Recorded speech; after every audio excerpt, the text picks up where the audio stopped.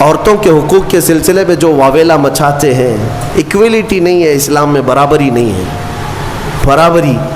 برابری کا مطلب وہ لوگ یہ سمجھتے ہیں کہ عورت کو کھلے عام آزاد چھوڑ دینا چاہیے، اس پر کوئی پابندی نہیں ہونی چاہیے، باہر نکال کر کے لاؤ، کپڑے اتار کر کے لاؤ، اس کے چھوٹے کپڑوں پر کچھ بھی بات مت کرو، اس کو وہ ایکویلٹی کہتے ہیں، یہ برابری ہے۔ مرد جب باہر گھوم سکتا ہے تو عورت کیوں نہیں گھوم سکتی؟ ان کا مطلب یہ ہے کہ مرد اگر ایک سے زیادہ عورت سے شادی کر سکتا ہے تو عورت کیوں نہیں کر سکتی؟ یہ بھونڈے اعتراضات ان کے لیے، یہ بے سر و پیر کے اعتراضات، سوالات ہوتے ہیں۔ میں ان کو ایک اچھا مشورہ دیتا ہوں، عورتوں سے برابری کرنا ہے، ظاہر سی بات ہے، برابری ہر چیز میں ہونی چاہیے، ہر چیز میں ہونی چاہیے۔ عورتوں کے ساتھ برابری کرنے میں شادی کر لو، ایک سال بچہ وہ جنے گی، دوسرے سال تم بچہ جنو، ایک سال وہ حمل کی تکلیف اٹھائے گی، دوسرے سال تم حمل کی تکلیف اٹھاؤ۔ بھائی ساری تکلیفیں عورت کو ہی کیوں؟ ہو سکتا ہے یہ پاسبل ہے؟ تو تمہیں پتہ ہونا چاہیے کہ ہر مخلوق کی اللہ نے کچھ خصوصیات رکھی ہیں۔ مرد کی اپنی خصوصیات ہے، عورت کی اپنی خصوصیات ہے، ان کی بناوٹ میں بھی اللہ تبارک و تعالیٰ نے فرق رکھا ہے۔ مرد کے ہاتھ عورت کے ہاتھ کی طرح نہیں، مرد کا جسم عورت کے جسم کی طرح نہیں، ساری چیزوں میں فرق موجود ہے۔ اسی لیے قرآن نے مردوں کو کمانے کا حکم دیا اور عورت کو امور خانہ داری اور بچوں کی تربیت کا حکم دیا۔ جس کی جیسی کیٹیگری ہے ویسے اسلام نے حکم دیا۔ اس چیز کو لے کر کے یہ اسلام پر اعتراضات کرتے ہیں۔ آج پاکستان کی سڑکوں پر کچھ عورتیں بینر لے کر کے اتری اور اس بینر پر یہ لکھا ہوا ہے کہ میرا جسم میری مرضی، کہ ہمیں آزاد چھوڑ دیا جائے، چار دیواری ہمارا گھر نہیں ہے، پوری دنیا ہماری ہے۔ یہ وہ جانور عورتیں ہیں جنہیں جنگل چاہیے، جنگلیوں کی طرح سے وہ زندگی جینا چاہتی ہیں۔ یہ سارے خیالات کس نے ان کے ذہنوں میں ڈالے؟ یہ وہی دنیا جو ہمارے معاشرے کو تباہ و برباد کرنا چاہتی ہے۔ میں اپنی بچیوں سے کہنا چاہتا ہوں، ان کے میٹھے چپڑے نعروں میں مت آنا، یہ تمہیں کہیں کا نہیں چھوڑیں گے۔ آج جاؤ یورپ کو جا کر دیکھ لینا، امریکہ کو جا کر دیکھ لینا، وہاں پر پورا نظام درہم برہم ہے۔ جو پوش کہتے ہیں نا، وہ صرف اور صرف پیسے میں پوش یا پھر عیاشی میں پوش نظر آتے ہیں۔ اخلاق جو انسان کے ہیں وہ مر چکے ہیں۔ پرسنٹیج کے اعتبار سے دیکھا جائے تو اب میں ایگزیکٹ نہیں بتا پاؤں گا، لیکن بہت زیادہ پرسنٹ ایسا ہے کہ وہاں شادی کا نظام ہی ختم ہو چکا ہے۔ شادی کا نظام ہی نہیں۔ لڑکا کسی بھی لڑکی کے ساتھ زندگی گزارتا رہے، بچہ ہو جائے، دو ہو جائیں، اس کے بعد دونوں کہتے ہیں اب شادی کر لیں ہم لوگ۔ ایک دو بچے ہونے کے بعد پلان کرتے ہیں کہ شادی کر لیا جائے، اس وقت تک شادی ہی نہیں ہوتی۔ اگر انڈرسٹینڈنگ ٹھیک رہی تو آگے شادی کر لیں گے 2 بچے کے بعد، نہیں تو پھر چھوڑ کر کے پھر کسی اور کے ساتھ۔ وہاں کے اکثر بچوں کو یہ پتہ ہی نہیں ان کا اصلی باپ کون ہے، 2 3 کے ساتھ اس طرح کی زندگیاں گزرتی رہیں۔ میرا دین یہ نہیں ہے، میرے دین کی خصوصیت یہ ہے کہ اسلام نسب کی حفاظت کرتا ہے، نسب کی حفاظت کرتا ہے۔ آپ کو پتہ ہے اسلام کا یہ جو نظام ہے، ایک انگریز نے کہا، اس نے ریسرچ کر کے کہا، عورت کو اگر کسی نے طلاق دے دیا، توجہ چاہتا ہوں، اگر کسی نے طلاق دے دیا تو اس کی عدت کیا ہے؟ وہ عورت دوسرے مرد سے اگر نکاح کرنا چاہے تو کب کرے گی؟ ادھر فوراً زید نے طلاق دے دیا، دوسرے دن دوسرا شادی کر سکتا ہے؟ عدت ہے نا، آپ کو پتہ ہے عدت کیا ہے؟ یہ عدت کیا ہے؟ 3 بار عورت کی ماہواری آ جائے، طلاق کے بعد 3 بار عورت کا حیض آ کر ختم ہو چکا ہو، 3 بار حیض آیا اور 3 بار وہ پاک ہوئی، تب اس کی عدت ختم ہو گئی، اب وہ چاہے تو کسی اور سے نکاح کر سکتی. یہ طریقہ ہے شریعت اسلامیہ میں. یہ کیوں رکھا گیا؟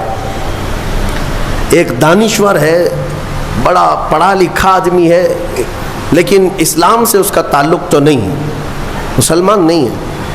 اس نے کہا مجھے اس بات پر بہت حیرت ہوئی جب میں نے یہ دیکھا عدت کا کیا مسئلہ ہے، اس میں کیوں رکھا گیا. تو اس نے کہا کہ سائنس کے اعتبار سے میں نے پوری جانچ پڑتال کر کے دیکھ لیا کہ اگر عورت پہلے والے شوہر کے ساتھ کچھ راتیں بھی گزاری ہو، کچھ راتیں گزاری اور اس کے بعد پہلے شوہر نے طلاق دے دیا، تو پہلے شوہر کا نطفہ اگر عورت کے جسم کے اندر موجود ہے تو وہ کب تک باقی رہتا ہے. تو سائنس کہتی ہے 3 بار عورت کو اگر ماہواری آ گئی تو پہلے والا سارا نطفہ پاک ہو چکا ہوتا ہے، پہلے والے کا کچھ بھی ذرہ بھی باقی نہیں رہتا. اب وہ پوری مکمل کلین ہے، تب جا کر کے وہ دوسرے شوہر کے لیے تیار ہے، دوسرا نکاح کر سکتی ہے. میرے عزیزو، یہ میں نہیں کہتا، غیروں نے جو پڑھا ہے وہ کہتے ہیں کہ اسلام نے یہ عدت کا جو نظام رکھا ہے وہ صرف اس لیے کہ آنے والا بچہ اس کے نسب میں کوئی اختلاط نہ ہونے پائے، نسب میں کوئی اختلاط نہ ہونے پائے.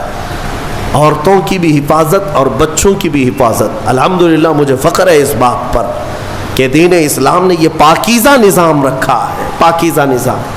آپ کو پتہ ہے آج دنیا یہ سارا نظام درہم برہم کرنا چاہتی ہے.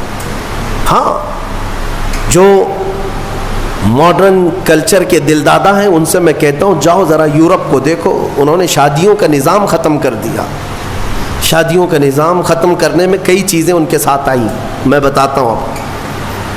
ایک سسٹم ہے جو کام کر رہا ہے، شیطان کے پجاری ہیں، وہ ڈیول ورشپرز، شیطان کے پجاری. وہ صحیح طریقے سے جو نباہ ہوتا ہے اس کو ختم کرنے پر لگی ہوئی ایک ٹیم ہے، ایک پوری ٹیم کام کرتی ہے. وہ مردوں کو عورتوں سے دور رکھیں، عورتوں کو مردوں سے، یا اگر رکھیں تو ناجائز طریقے سے رکھیں. اس کے لیے کیا کیا طریقے اپنائیں. میں 2 سال قبل شاید یا 3 سال قبل کی بات ہے، شب قدر میں نے اس کو عرض کیا تھا. پورا نظام جو یہ معاشرتی جو نظام ہے، ازدواجی جو نظام ہے، اس کو مار ڈالا ہے یورپ کی کئی کلچرز نے. کیا کیا جانتے؟